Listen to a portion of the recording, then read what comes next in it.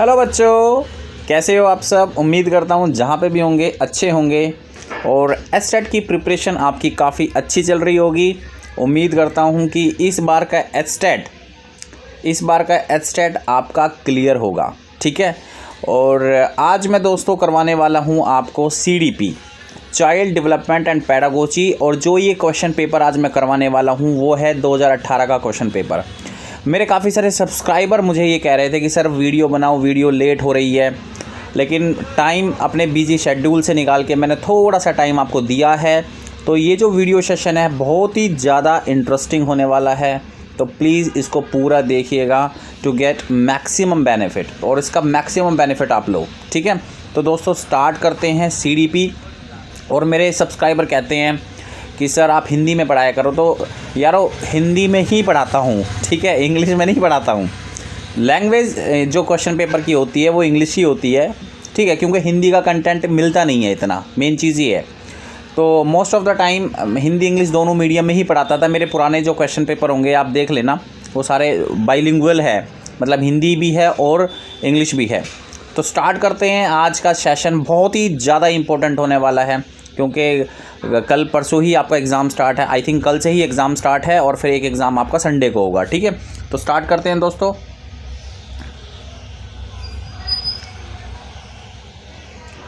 First question आपके सामने है। तो फर्स्ट क्वेश्चन है दोस्तों, पहला question, which of the following is not true about dramatic play. Dramatic play मतलब जो बच्चे रोल प्ले करते हैं फंक्शन वाले दिन स्कूल के अंदर, उसे कहते हैं ड्रामेटिक प्ले, या फिर ड्रामेटिक प्ले का और भी उदाहरण हो सकते हैं। तो आपको ये बताना है कि इनमें से ड्रामेटिक प्ले की एक करैक्टरिस्टिक नहीं है, तो वो कौन सी है। It is a form of active play. Yes, active play है ये। It is known as make believe play. Make believe play भी है ये, क्योंकि बच्चे अपने रोल के ज़रिए पब्लिक को ये बिलीव कराते हैं कि हाँ मैं ये करैक्टर प्ले कर रहा हूँ। It involve overt behaviour. Yes, overt behaviour को भी रिप्रेजेंट करता है ये, ठीक है। और इट इज़ ऑलवेज रिप्रोडक्टिव, ये हमेशा ही रिप्रोडक्टिव है, ठीक है। तो यहाँ पे जो ऑलवेज है ये थोड़ा सा पच नहीं रहा है, डाइजेस्ट नहीं हो रहा है। हम ये नहीं कह सकते, हम ये कह सकते हैं कि ड्रामेटिक प्ले रिप्रोडक्टिव होता है, लेकिन हम ये नहीं कह सकते कि हमेशा ही होता है, ठीक है। यहाँ पे थोड़ी सी रिस्ट्रिक्शन हो गई, ऑलवेज ने काम ख़राब कर दिया, ठीक है। इट इज़ ऑलवेज रिप्रोडक्टिव, तो ये नहीं होता। आंसर इसका D है। ये क्वेश्चन पेपर मैं पहले भी करवा चुका हूँ, लेकिन ये आप लोग के लिए गोल्डन अपॉर्चुनिटी है कि मैं फिर से ये सेशन में इस क्वेश्चन पेपर को कंप्लीट कराऊंगा, ठीक है। तो next question, dyscalculia is a type of. आप सभी को पता है कि जो डिसकैलकुलिया है दोस्तों वो एक लर्निंग डिसेबिलिटी है। क्या है वो? लर्निंग डिसेबिलिटी है। लर्निंग डिसेबिलिटी जो ऐसी आप कह सकते हैं डिजीज़, ऐसी कंडीशन जो हमारी लर्निंग को अफेक्ट करे, ठीक है, उसे कहते हैं लर्निंग डिसेबिलिटीज़, ठीक है। तो डिसकैलकुलिया मैथमेटिकल वाली आप सारे बच्चे सही समझ रहे हैं, जो मैथमेटिक्स में प्रॉब्लम करती है डिसकैलकुलिया, वो एक लर्निंग डिसेबिलिटी है, ना वो एक इंटेलेक्चुअल डिसेबिलिटी है और ना ही वो विजुअल इम्पेयरमेंट है।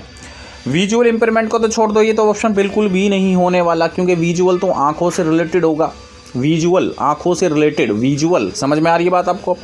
तो ये क्या है? एक लर्निंग डिसेबिलिटी है। आपने सभी ने सही आंसर लगाया होगा। आई होप थोड़ा सा दिमाग भी अप्लाई करना सीखो कि क्वेश्चन के अंदर जब आप क्वेश्चन पढ़ते हो तो सबसे पहला कंडीशन ये होता है बच्चों कि आप उस क्वेश्चन को अच्छे से पढ़ो और पूरा फोकस, जब आप उस क्वेश्चन को पढ़ रहे हो तो 100% जो आपका फोकस होता है पूरा उस क्वेश्चन पे होना चाहिए, इधर उधर नहीं होना चाहिए, ठीक है। तो लर्निंग डिसेबिलिटी है। अगर आप पूरा फोकस करते हो तो 90% 99% चांसेस है, मैं तो 99 भी कहूँगा कि वो ऑप्शन आपका हिट जाएगा। और पूरी सेंसेस को लगा के क्वेश्चन पे टिक किया करो कि पूरा एक्सक्लूजन, जो भी आपको लगे कि भाई हाँ ये नहीं हो सकता तो उसको कट कर दो। सोचो, 4 ऑप्शन में से निकालने का मत सोचो, आप एक्सक्लूड कर करके 2 ऑप्शन को निकाल के लेके आओ जो अप्रोप्रिएट हो सकते हैं, और फिर उसमें से अगर कंफर्म नहीं है तो उन लास्ट के 2 ऑप्शन में से टिक करने की कोशिश किया करो। ऐसी प्रैक्टिस आपको घर पे करनी है, ठीक है। लास्ट मोमेंट चल रहा है बिल्कुल। विच of the following is not true about the Broca's area of brain. Broca's area of brain क्या है? ब्रेन का एक पार्ट कहा जा सकता है। विच of the following is not true, तो ब्रोकाज एरिया ऑफ ब्रेन के बारे में कौन सा फैक्ट यहाँ पे ट्रू नहीं है? देखो, जो ब्रोकाज एरिया है ब्रेन का वो फ्रंटल लोब का लेफ्ट पार्ट है, लेफ्ट पार्ट में वो लोकेटेड है, वो ये बात ट्रू है। इट सपोर्ट्स ग्रामेटिकल प्रोसेसिंग, देखो लैंग्वेज को सपोर्ट करता है, तो ग्रामेटिकल जो ग्रामेटिकली जो स्किल्स होती हैं उसको ये सपोर्ट करता है, बिल्कुल सही बात है। It is responsible for language production, तो बिल्कुल है, लैंग्वेज प्रोडक्शन को रिस्पॉन्सिबल है। It is responsible of comprehending word meaning, जो भी वर्ड आपने पढ़ा है उसको कंप्रीहेंड कर पाएँ, उसका मीनिंग निकाल पाएँ, ये उसको भी सपोर्ट करता है। नहीं, ये बात गलत है यहाँ पे। आप सारे काम ब्रोकाज एरिया से करवाओगे क्या? कुछ काम थिंकिंग के भी होते हैं, कुछ काम आपके इंटेलेक्चुअल, जिसको कॉग्निटिव एबिलिटी कहा गया है, उसके भी होते हैं। तो जो वर्ड मीनिंग को कंप्रीहेंड करने की जो क्षमता है वो ब्रोकाज एरिया की नहीं होती। हालांकि ये लैंग्वेज को सपोर्ट करता है, ग्रामेटिकल प्रोसेसिंग होती है ब्रोकाज एरिया ऑफ ब्रेन के अंदर, ठीक है। Next question, which of the following theory assumes that child development is not a continuous process. देखो भाई, चाइल्ड डेवलपमेंट कंटिन्यूस प्रोसेस नहीं है। कौन सी थ्योरी ने सजेस्ट किया था? देखो, सबसे पहली थ्योरी चाइल्ड डेवलपमेंट में हम पढ़ते हैं प्याजे, जीन प्याजे, ठीक है। इन्होंने 4 स्टेज दी हैं और साइकोलॉजी के अंदर ये माना जाता है कि जो भी थ्योरी स्टेजेस में होती हैं वो कंटिन्यूस नहीं होती हैं। इसके रिगार्डिंग अगर आपको डिटेल्ड लेक्चर चाहिए तो प्लीज़ प्रेफर करें मेरी पुरानी वीडियोस। पिछले साल जितनी भी वीडियोस मैंने बना के डाली हैं उसमें मैंने 1-2 वीडियो में ये बताया है कि प्याजे की जो थ्योरी है वो कॉन्टीन्यूस प्रोसेस नहीं है, क्योंकि कॉन्टीन्यूस प्रोसेस कभी स्टेप में नहीं होती, वो रेगुलर होती है। उसके अंदर आप स्टेप नहीं कर सकते कि हर स्टेप में। अब प्याजे ने क्या बताया कि हर स्टेज के अंदर, हर स्टेप के अंदर कुछ ना कुछ बच्चे के अंदर डेवलप हो रहा है, ठीक है। तो ये चीज़ उन्होंने बताई है। तो आप मोटे मोटे तौर पर एक बात जान लो कि जिस थ्योरी के अंदर स्टेप्स होते हैं, स्टेजेस होती हैं, वो कॉन्टीन्यूस प्रोसेस नहीं होती। तो ए इसका जो है राइट आंसर है। Next, the statement personality is nothing but A set of learned responses best describe which of the following view about personality. Personality को लेके जो यहाँ पे स्टेटमेंट कही गई है वो किस चीज़ को सही तरीके से दर्शाती है?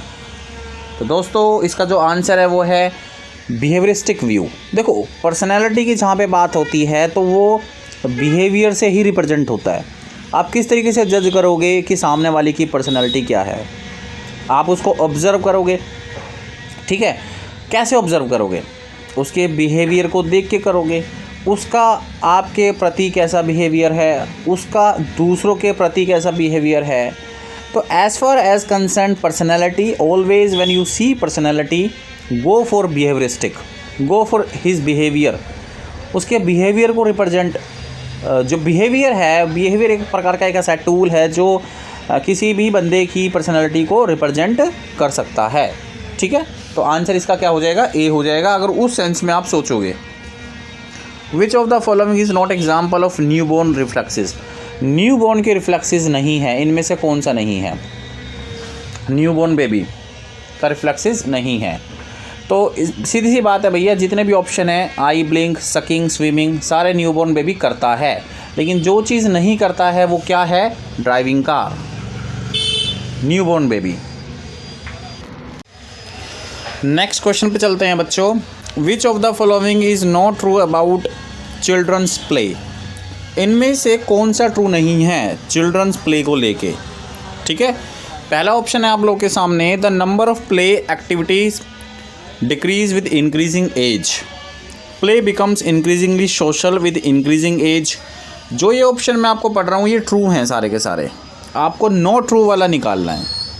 The number of playmates increases with increasing age, तो इसका जो राइट आंसर है वो यही है कि the number of playmates increases. बच्चा जैसे जैसे बड़ा होता जाता है तो उसके जो प्लेमेट्स हैं, जो उसके साथी हैं, जो खेल में भागीदार हैं, वो उसके घटते जाते हैं, इंक्रीज़ नहीं होते। हम ये नहीं कह सकते कि वो इंक्रीज़ होते हैं। With increasing age. भाई अब जैसे जैसे आप एडोलेसेंस एज को क्रॉस कर रहे हो या कर चुके हो, या फिर आप एडल्टहुड स्टेज में जा चुके हो, उसके बाद जैसे जैसे बड़े हो जाओगे तो क्या नंबर ऑफ प्लेमेट्स आपके इंक्रीज़ होंगे। ठीक है, एक तरीके से अगर देखा जाए तो खेल भी छूट जाता है बच्चे का, मतलब जब हम 40-45 साल की उम्र में जाएंगे तो हमारा खेल भी छूट जाएगा। तो the number of playmates increases हम नहीं कह सकते कि नंबर ऑफ प्लेमेट्स इंक्रीज़ होंगे। ठीक है, तो बिल्कुल सिंपल सा क्वेश्चन है, सिर्फ आपको अपने सेंस की ज़रूरत है कि आप सेंस को यूज़ करके लॉजिक बना के ऑप्शन के अंदर डालें। ऐसे तुक्का मारी नहीं करनी है, लॉजिक होना चाहिए पीछे। ठीक है, next, the 3 stratum theory of intelligence was given by. जो 3 स्ट्राटम थ्योरी है वो किसने बनाई है। तो देखो, ऐसे जब भी क्वेश्चन आपके सामने हो तो उसमें आप ये देखा करो, देखो मान लो आप 3 स्ट्राटम थ्योरी आपने आज तक नहीं पढ़ी है, ठीक है, तो आपके अब दिमाग में क्या होना चाहिए, भाई प्याजे नहीं हो सकता, क्योंकि प्याजे की जितनी भी थ्योरी वो हमने पढ़ ली है। प्याजे ने एक सोशल में थ्योरी बनाई हुई है और एक कॉग्निटिव वाली, तो सभी को पता ही है। बिने इंटेलिजेंस से रिलेटेड हैं। कैटल भी इंटेलिजेंस की थ्योरी दे चुके हैं। रेमंड कैटल जो सॉलिड इंटेलिजेंस की बात करते हैं, सॉलिड थिंकिंग और फ्लूइड थिंकिंग की बात करते हैं। कैरोल जो यहाँ पे हैं वो बिल्कुल डिफरेंट है, उनके बारे में किसी ने नहीं पढ़ा, और स्ट्राटम थ्योरी भी हमने किसी ने भी नहीं पढ़ी। तो स्ट्राटम थ्योरी जो है कैरोल से रिलेटेड ही होगी। इस तरीके का लॉजिक आपको बनाना है। ठीक है, तो सी इसका राइट आंसर है। वैसे मैं आपको बता देता हूँ कि जो 3 स्ट्राटम थ्योरी है ये आपके जॉन कैरोल ने इसको बनाया था, 1993 में इंट्रोड्यूस हुई थी, अमेरिकन।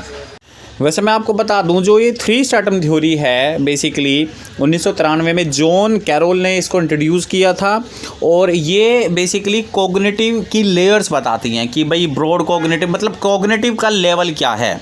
कॉग्निटिव को क्लासीफाई किया गया है इस थ्योरी के अंदर। ठीक है, और ये जॉन कैरोल ने 1993 के अंदर, ये अमेरिकन साइकोलॉजिस्ट थे, इन्होंने इंट्रोड्यूस की थी। ठीक है, नेक्स्ट चलते हैं आगे।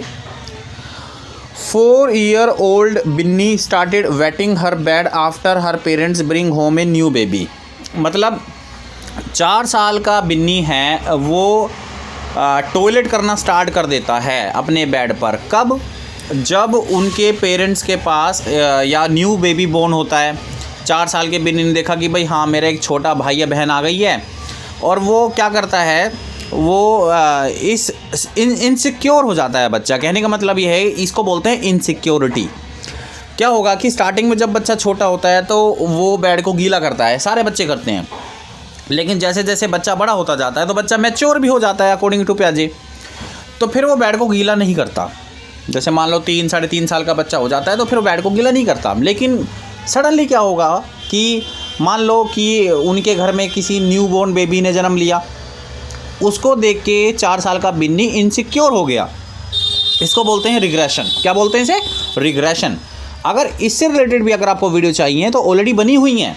यहाँ पे मैं पूरा जो ऑप्शन है वो एक्सप्लेन नहीं कर सकता, अदरवाइज़ टाइम बहुत ज़्यादा हो जाएगा। आप वीडियो नहीं देखोगे, वीडियो सेशन अटेंड नहीं करोगे आप। तो इसका जो राइट आंसर है दोस्तों वो है रिग्रेशन।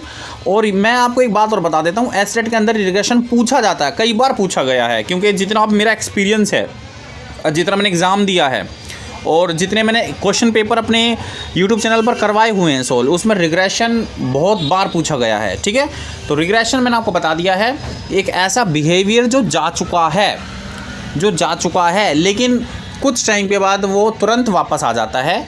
ठीक है, इनसिक्योरिटी की वजह से, चाहे कैसे भी है, उसे रिग्रेशन कहते हैं। ठीक है, नेक्स्ट बात करते हैं, विच of the following statement is not true. इनमें से कौन सी स्टेटमेंट ट्रू नहीं है। Classical conditioning deals with volunteer behaviour. Which of the following statement is not true. जो ट्रू नहीं है वो बताना है। Classical conditioning deals with voluntary behaviour. अब वॉलंटरी बिहेवियर क्या होते हैं? जो इंटेंशनल होते हैं। जो क्या होते हैं? इंटेंशनल। जैसे इंटेंशनल क्या होता है? एक होता है रिफ्लेक्सिव बिहेवियर, एक होता है इंटेंशनल बिहेवियर। तो इंटेंशनल बिहेवियर जो हमारी इंटेंशन में होता है, जैसे मान लो हमारा चलने का मन है, हम वॉकिंग करेंगे, तो एक वॉलंटरी बिहेवियर है ये। ठीक है, अच्छा, तो classical conditioning deals with voluntary behaviour, ये चीज़ गलत है, ये स्टेटमेंट ही गलत है कि क्लासिकल कंडीशनिंग। सबसे पहले तो मैं ये मान के चल रहा हूँ कि आपको क्लासिकल कंडीशनिंग आता है, आपने पढ़ा हुआ है। क्लासिकल कंडीशनिंग क्या है? पैवलोव का एक्सपेरिमेंट आपने पढ़ा है। पैवलोव ने कुत्ते के साथ एक्सपेरिमेंट किया था, कुत्ते के मुंह में स्लाइवा प्रोड्यूस कराया गया था, वो सारा का सारा अनइंटेंशनल था। ठीक है, तो classical conditioning deals with voluntary behaviour, और मैंने आपको बता दिया वॉलंटरी बिहेवियर क्या होते हैं, ऐसे बिहेवियर जो इंटेंशनल होते हैं। लेकिन उस कुत्ते वाले एक्सपेरिमेंट में जितने भी बिहेवियर थे वो रिफ्लेक्सेस वाले थे, अनइंटेंशनल थे। ठीक है, तो कहने का मतलब ये है कि ए वाला जो ऑप्शन है वो गलत है, यानी कि ए ही हमारा राइट आंसर है, क्योंकि उसने नोट वाला पूछा है, नॉट ट्रू। ठीक है, next, knowing how to ride a bicycle, how to ride a bicycle is an example of, bicycle को कैसे चलाएं, ये किसका एग्जाम्पल है, कौन सी नॉलेज आप यूज़ करते हो, प्रोसीजरल नॉलेज। देखो, अगर आपको साइकिल चलाने आती है और किसी दूसरे बच्चे को आप साइकिल चलवा रहे हो तो पहले आप उसको स्टेप्स बताओगे, प्रोसीजर के अंदर स्टेप्स ही इन्वॉल्व होते हैं। मान लो कोई बच्चा क्वेश्चन सोल्व कर रहा है, आप उसको तरीके बताओगे, स्टेप 1 में ये करो, स्टेप 2 में ये करो, स्टेप 3 में ये करो, इसका मतलब आपको प्रोसीजर पता है। तो ऐसे क्वेश्चनों में प्रोसीजरल नॉलेज का ही आंसर होता है। प्रोसीजरल नॉलेज मैंने आपको बता दिया क्या होता है। चलते हैं आगे। Next, if a child is sharing with you what he did after he goat up in the morning, अगर एक बच्चा आपके साथ अपने दिन की जितनी भी मेमोरीज़ हैं, मॉर्निंग की जितनी भी मेमोरीज़ है वो आपके साथ शेयर कर रहा है, तो वो क्या यूज़ कर रहा है, तो बच्चों वो यूज़ कर रहे हैं एपिसोडिक मेमोरी। एपिसोडिक मतलब एपिसोड तो देखते होंगे आप टेलीविज़न में, जो डेली सोप आते हैं, जो डेली प्रोग्राम आते हैं, वो एपिसोड होता है। एपिसोड मतलब जब आपने कोई मूवी देखी है, सपोज करो 3 घंटे की मूवी देखी है, और किसी फ्रेंड को अगर आप बता रहे हो कि हाँ भाई उस मूवी में ऐसे ऐसे हुआ था, तो इसका मतलब वो एपिसोडिक मेमोरी का यूज़ कर रहे हो आप। एपिसोडिक मेमोरी मतलब पूरा 3 घंटे का जो पिक्चर है आप 5-10 मिनट में एक्सप्लेन कर दोगे, that is called episodic memory. और यही उस बच्चे के साथ हो रहा है, जो बच्चा एक्सप्लेन कर रहा है आपको अपनी मॉर्निंग की एक्टिविटीज़ को। तो इसका जो राइट आंसर है वो है episodic memory. Which of the following type is not a type of intelligent is given by Sternberg triarchal theory। Sternberg triarchal theory से एक क्वेश्चन पक्का आता है, तो इनमें से आपको वो इंटेलिजेंस बताना है जो कि उन्होंने अपने मॉडल में नहीं इंक्लूड करी थी। तो म्यूजिकल है, सीधी सी बात है। उन्होंने 3 थ्योरी दी थी, एनालिटिकल इंटेलिजेंस, ठीक है, विश्लेषण वाली बुद्धि, क्रिएटिव वाली बुद्धि, और प्रैक्टिकल इंटेलिजेंस की प्रैक्टिकल में कोई बच्चा अपनी सूझबूझ को किस तरीके से यूज़ करता है। तो म्यूजिकल इनमें से नहीं है। बहुत ही आसान जो है ये क्वेश्चन था। Next, the seat belt buzzer of a car, the seat belt buzzer of a car stops as soon as the driver put on the seat belt. मतलब एक ड्राइवर है, जैसे ही उसने सीट बेल्ट पहनी तो जो है कार का जो बजर है वो बंद हो जाता है। ठीक है, ऑटोमेटिक होता है सारा का सारा। जैसे ही ड्राइवर बैठता है, उसने सीट बेल्ट जैसे ही वो पहनता है तो कार का जो बजर है वो बंद हो जाता है। तो ये किसका एग्जाम्पल हुआ? ये पॉजिटिव रीइंफोर्समेंट है, नेगेटिव रीइंफोर्समेंट है। अब बच्चों ध्यान से सुनो, मैं आपको रीइंफोर्समेंट और पनिशमेंट को अच्छे से एक्सप्लेन करने वाला हूँ। ठीक है, हालांकि मैंने पहले भी किया हुआ है, मेरी पुरानी वीडियोस आप देख सकते हैं। पॉजिटिव देखो, रीइंफोर्समेंट क्या है कि एक बिहेवियर हुआ है, उस बिहेवियर को इनकरेज करने के लिए आप जो चीज़ ऐड करते हो उसे बोलते हैं पॉजिटिव रीइंफोर्समेंट। जैसे फॉर एग्जांपल मान लो कि कोई बच्चा है, वो पढ़ाई में अच्छा है और उसके जो ग्रेड्स आए हैं एग्ज़ाम में वो बहुत ही अच्छे आए हैं, A++ ग्रेड लिए हैं उस बच्चे ने। आप चाहते हो कि वो बिहेवियर जो है बच्चा दोबारा से रिपीट करे। आपने बच्चे को लाके एक मोबाइल दे दिया, उसे कहते हैं पॉजिटिव रीइंफोर्समेंट। मतलब आप चाहते हो, you want that to increase that behaviour, आप उस बिहेवियर को बार बार करवाना चाहते हो, that is called positive reinforcement. ठीक है, अब बात करता हूँ मैं नेगेटिव रीइंफोर्समेंट। पहली बात सुन लो ध्यान से, नेगेटिव रीइंफोर्समेंट कोई अपोजिट चीज़ नहीं है पॉजिटिव रीइंफोर्समेंट की। पॉजिटिव रीइंफोर्समेंट हो या नेगेटिव रीइंफोर्समेंट हो, दोनों ही बिहेवियर को इनकरेज करने के लिए यूज़ होता है कि वो बिहेवियर बार बार हो। लेकिन अंतर क्या है नेगेटिव रीइंफोर्समेंट में? नेगेटिव रीइंफोर्समेंट को यूज़ करते हैं नेगेटिव एक्टिविटीज़ को रिमूव करने के लिए। कोई भी नेगेटिव चीज़ होगी उसको हटाने के लिए नेगेटिव रीइंफोर्समेंट का यूज़ होता है। समझ में आ गई बात? एग्जाम्पल के तौर पे मैं आपको बताता हूँ क्या चीज़ है नेगेटिव रीइंफोर्समेंट। अगर कोई बच्चा किसी रूल को फॉलो कर रहा है, कोई भी पर्सन किसी रूल को फॉलो कर रहा है और रूल फॉलो करने के लिए जो अनप्लीजेंट चीज़ें हैं अगर वो हटा दी जाती हैं, जो रिस्ट्रिक्शंस हैं अगर वो हटा दी जाती हैं, उसे कहते हैं नेगेटिव रीइंफोर्समेंट। उदाहरण के तौर पे इसी एग्जाम्पल में बताया गया है। ड्राइवर जैसे ही सीट बेल्ट पहनता है गाड़ी का बजर बंद हो जाता है। सीट बेल्ट नहीं पहनेगा तो गाड़ी का बजर ऑन रहेगा, वो इरिटेट हो जाएगा, बार बार चूं चूं चूं की आवाज़ आएगी, वो इरिटेट हो जाएगा। उसने क्या किया, रूल फॉलो किया। रूल ही तो है ये, सीट बेल्ट पहनना रूल है, तो भाई चालान कट जाता है अगर सीट बेल्ट नहीं पहनते हैं। तो जैसे ही उसने सीट बेल्ट पहनी गाड़ी का बजर बंद हो गया। तो हमने जो अनप्लीजेंट चीज़ थी, जो रिस्ट्रिक्शन थी, वो रिमूव कर दी, उसे कहते हैं नेगेटिव रीइंफोर्समेंट। ठीक है जी। मान लो कोई बच्चा है वो फेल हो गया, स्टडी के अंदर फेल हो गया, तो as a parent, as a father आपने कहा कि बेटा अब से तू रोज़ 6 बजे उठेगा और पढ़ा करेगा, और ये डेली तू करेगा। बच्चा डेली इस चीज़ को कर रहा है, रूल को फॉलो कर रहा है। फिर देखा पेरेंट ने 1 महीने बाद, भाई बच्चा तो डेली उठ रहा है, डेली पढ़ रहा है, तो अब उसने क्या किया, रिस्ट्रिक्शन को हटा दिया। रूल फॉलो कर रहा है बच्चा तो रिस्ट्रिक्शन को हटा देता है। उसके बाद पॉजिटिव पनिशमेंट। पॉजिटिव पनिशमेंट और रीइंफोर्समेंट में क्या फ़र्क है? देखो, पॉजिटिव पनिशमेंट में हम कोई चीज़ जो है बच्चे के ऊपर रिस्ट्रिक्शन क्रिएट कर देते हैं या पर्सन के ऊपर रिस्ट्रिक्शन क्रिएट कर देते हैं। मान लो कोई चीज़ है, जैसे मान लो कोई आप टीचर हो और आपका कोई क्लास का बच्चा होमवर्क करके लेके नहीं आया, तो आप चाहते हो कि भाई ये चीज़ बार बार रिपीट ना हो। आपने क्या किया, उस होमवर्क ना करने के बदले आपने उसको पनिशमेंट दी। पनिशमेंट कैसे दी? आपने उसको गेम के पीरियड में नहीं भेजा, आपने उस बच्चे को मना कर दिया कि भाई जब तक आप अपना होमवर्क कंप्लीट नहीं करोगे तब तक आप गेम के पीरियड को अटेंड नहीं कर सकते हो आप। तो आपने क्या किया, यहाँ पे उसको पनिशमेंट दी। और जब आप देखोगे भाई हाँ उस बच्चे ने होमवर्क कंप्लीट कर दिया है अपना, तो आप उस पनिशमेंट को, रिस्ट्रिक्शन को वहाँ से रिमूव कर दोगे, उसे कहेंगे नेगेटिव पनिशमेंट।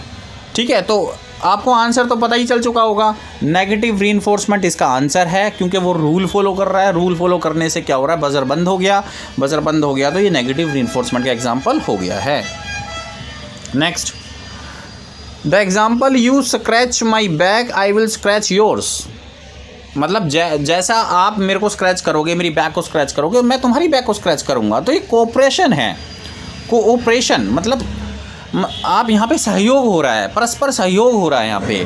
तो सिंपल सी बात है, बिगिनिंग ऑफ मॉरलिटी है यहाँ पे, beginning of morality of cooperation है यहाँ पे। सीधा सा आंसर है beginning of morality of cooperation. ठीक है, तो भाई आंसर 15 क्वेश्चन मैंने आपको कराए हैं ये, और आंसर सारे मैंने आपको एक्सप्लेन करे हैं। उम्मीद करता हूँ कि ये सेशन आपको बड़ा ही फ्रूटफुल लगा होगा, और अगर लगा है सेशन आपको काफ़ी अच्छा तो प्लीज़ सब्सक्राइब ज़रूर करना चैनल को, और अपने जो सर्कल है, फ्रेंड सर्कल है, उसमें भी वीडियोस को शेयर ज़रूर करना। Thank you very much. और इसका जो सेकंड सेशन लेके आऊँगा उसको देखना ना भूलें, वो आज ही मैं अपलोड करूँगा। ठीक है, थैंक यू वेरी मच इस वीडियो सेशन को देखने के लिए। धन्यवाद दोस्तों, बाय।